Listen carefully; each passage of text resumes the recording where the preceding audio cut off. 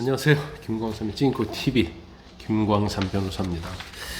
오늘 이재명 대표에 대한 유증교사에 대한 판결 선고가 있었잖아요. 원래 좀 제가 일찍 올려야 하는데 방송 한 3개 정도 나가면서 그 방송에서 이제 생중계 하느라고 제가 유튜브 올리는 것이 업로드하는 것이 좀 늦었습니다. 근데 생중계를 하면서 이재명 대표에 대한 판결 선고 이유, 이제 무죄 판결 선고 이유를 말하는데 도저히 이해할 수가 없었어요. 그래서 뭐 저런 판결이 있나 이제 이런 생각을 했었고, 그래서 그냥 이제 방송에서는 기자가 그 방청객에서 몇 자 쓴 거 가지고 판단하잖아요. 그래서 제가 무죄 판결 이유, 재판부의 설명 자료를 받아봤는데 이 판결 선고는 제가 아무리 품격 있게 재판부를 존중하고 싶어도 도저히 존중할 수 없는 판결이고, 제가 법적 경력 30년이 넘는데 이건 뭔가 유증교사에 대한 잘못 판단을 하고 있다 그런 생각이 들어요. 그래서 좀 논리적으로도 그렇고 상당히 회개한 판결이다, 회개해야 한 판결이다 그런 생각이 듭니다. 이걸 구체적으로 법적으로 설명하면 여러분들이 좀 못 알아들으실 수 있어요.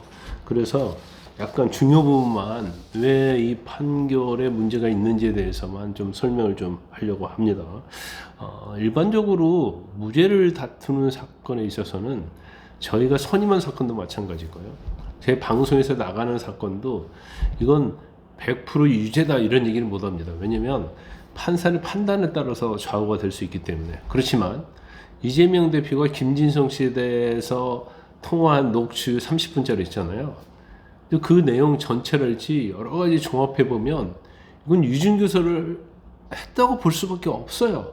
막 구체적으로 다 얘기하잖아요. 이런 식으로 증언해주면 좋겠다. 그래놓고 중간에 빠져나가기 위해서 사실대로 기억이 나는 대로 얘기해달라. 이게 자꾸 그 취임새를 넣거든요.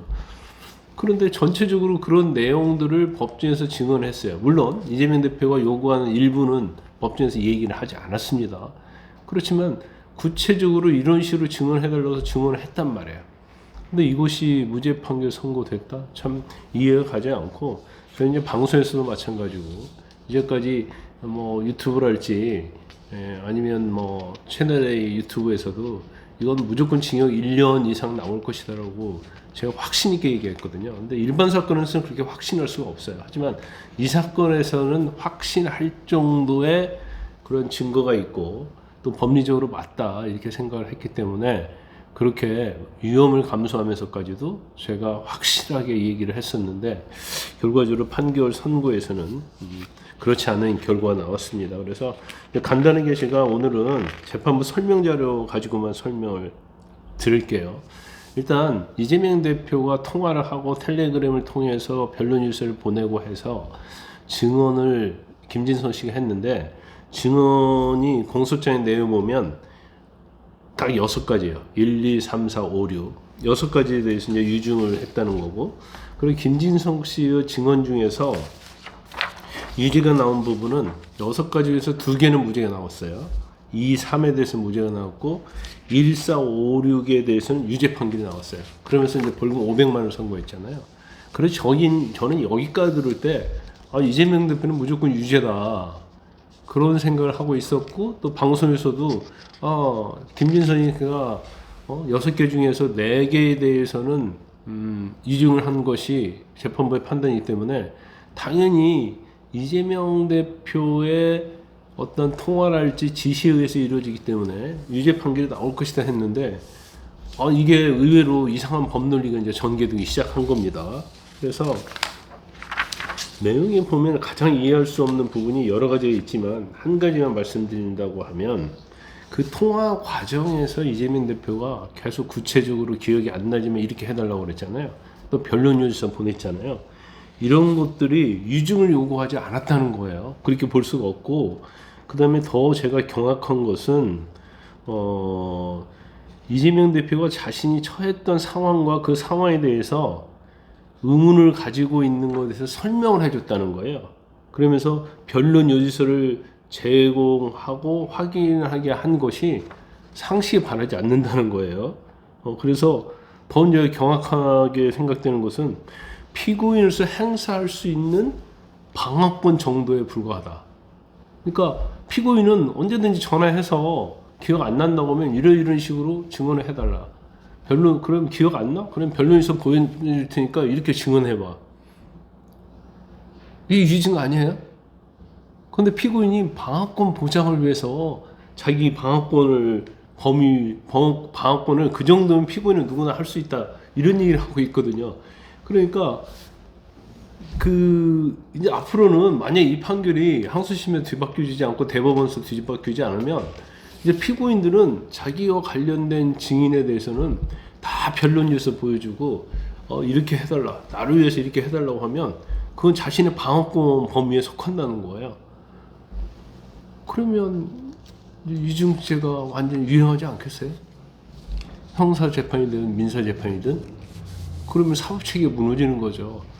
법원의 판결 선고는 뭐예요? 판결은 실체적 진실을 발견해서 거기에 맞는 증거와 법리에 의해서 유무죄를 가리는 건데, 그러면 자기에게 유리한 판결을 해달라고 증인한테 전화하고 만나고 예를 들어서 밥을 사줬어요, 돈을 줬어요.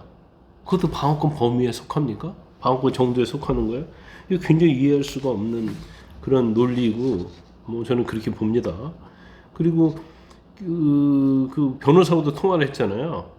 그러면서 증인신문 작성에 피고인 이재명이 관여했다고 볼 만한 증거가 없다. 변호사가요, 증인신문 작성하잖아요.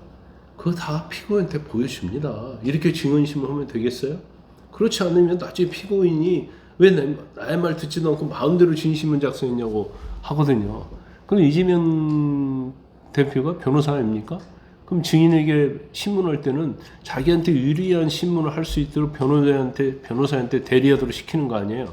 근데 여기에 이재명이 관여를 했다고 볼 만한 증거가 없다는 취지의 그런 설치 이유가 또 나와 있어요. 그 다음에 더욱더 재미있는 것은 그 김진성의 1456, 그러니까 유죄가 되는 증언을 말하는 건데, 이 증언은 유증에 해당이 된다는 거예요. 그리고 피고인 김진성은 피고인 이재명의 각 통화에서 증언 요청으로 유증을 한 것으로 보이므로 피고인 이재명의 증언 요청은 이 부분 각 유증에 대한 교사 행위에 해당한다. 그럼 유죄다는 얘기 아니에요. 1456 증언, 4개의 증언에 대해서는 유증을 했고, 이재명 대표의 유증 교사는 유증 교사 행위에 해당한다. 유증에 대한. 그래서 죄가 된다고 이렇게 얘기해놓고 그 다음에 뭐라고 얘기했냐면, 이 교사 행위는 통화에서 이루어졌고 교사 행위 당시 이재명은 김진성이 이 부분을 유증할 것이라는 것을 알았다거나 미필적으로나마 애견할 수 있다고 보기 어렵다. 그리고 이재명에게 김진성의 유증에 대한 정범의 고의가 있었다고 볼 수 없다. 이 한마디로 말하면 내가 막 이렇게 해달라고 진술했는데 김진성이 법정에 나서 증언하리라는 걸 예측할 수 없었다는 거예요. 그런 상태에서 이런 유증교사를 했기 때문에 유증교사는 해당이 되지만 죄가 안 된다는 거예요. 그러면서 교사행위 할 당시에 아까 제가 말씀드린 것처럼 증언을 할 것인지 여부와 구체적으로 어떤 내용의 증언을 할 것인지 여부가 정해지지 않았기 때문에 유증교사는 맞지만 유증교사죄는 안 된다. 아니 이런 식으로 증언을 해달라고 하면 법정에 증인으로 나올 것이 예상이 되는 거 아닙니까? 근데 예상할 수 없었다는 거예요. 증인으로. 이거 너무 이해할 수 없는 판결문이에요. 내가 볼 때는 항소심 재판부가 정말로 법리적으로 됐건 뭐가 됐건 현명하고 제대로 법적으로 판단한다면 내가 볼 때는 이 사건은 뒤집어질 가능성이 크다고 봅니다. 유증교사에 해당이 되는데 증언할 가능성이 없고 증언을 할 거라고 애언할 수 없었다. 아니 증언할 거라는 걸 애견을 할 수 없었으면 왜 이렇게 증언해달라고 전화를 하고 변론에서 보내주는 거예요. 그래서 이 판결문 자체에 굉장히 논리적으로 모순이 있다고 봅니다. 그래서 제가 30년 동안 변호사했고 법조인이 있었고 검사했지만 이렇게 모순된 판결은 처음 봅니다. 일단 항소심 지켜봐야 할 것 같고요. 오늘 많은 분들이 저도 징역 1년 이상 나온다고 명확하게 얘기했잖아요. 그만큼 자신 있었기 때문에 얘기한 건데 결과적으로 제 예측은 맞지 않았어요. 그래서 일단 뭐 저보고 노스트라다무스, 광무스다 하는 얘기인데 이제 그런 얘기는 들을 일은 없을 것 같습니다. 뭐 여러분들 뭐 마음적으로 엄청 많이 뭐 힘드신 분도 좀 있을 거예요. 그렇지만 오늘 월요일이잖아요. 우리 긍정적인 마인드로 또 일주일 보내고요. 또 다른 또 우리가 바라는 그런 긍정적인 세상을 위해서 열심히 살아갑시다.